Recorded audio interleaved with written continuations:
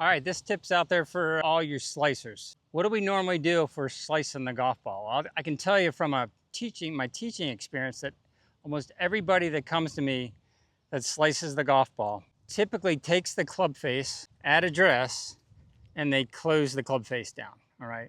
So I call this a Band-Aid. Sometimes it can help, sometimes it can be super effective, but in the end, it's not really fixing the root cause. So you can see how this club face is dead shut, okay? This would be a more neutral look where the club face leading edge of the club's nice and vertical, right? This is where we want to start from.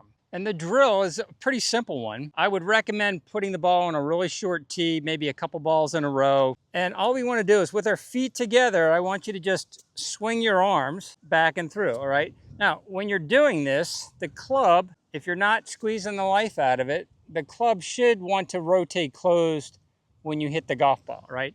It rotates closed and I call it turning the corner. The club goes around to your left. So I'm just swinging my arms. And the idea with the stance being a little narrow, and you may want to go a little wider depending on how good your balance is, but when your feet are together like that, your arms are a little bit more reactive to the release, all right? So the idea here would be to get the ball to go out and maybe take a left-hand turn or a little bit of a hook or draw.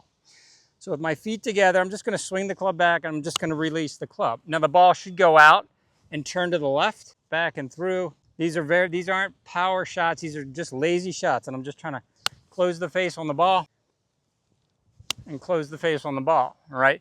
Now, what should the right hand, if we think about just the mechanics or maybe some feedback, obviously part of the feedback is going to be what that ball does when it flies. But the other piece would be when we swing through, we're trying to get the toe of the club a little bit more skyward at this, let's call it 3 o'clock finish, right? And if it's more skyward, you'll notice that your right hand position is going to be more in a handshake position, right? So players that slice the golf ball almost always have this look post-impact where the palm is more skyward and the face is facing the sky. So we want to let that face close, get the toe up a little bit, and doing these little perpetual swings with our feet together can start to activate your hands and get you to rotate it. This drill isn't for everybody, but if you're slicing it, this can be a good go-to drill. So try that out, see if it doesn't help mitigate your slice.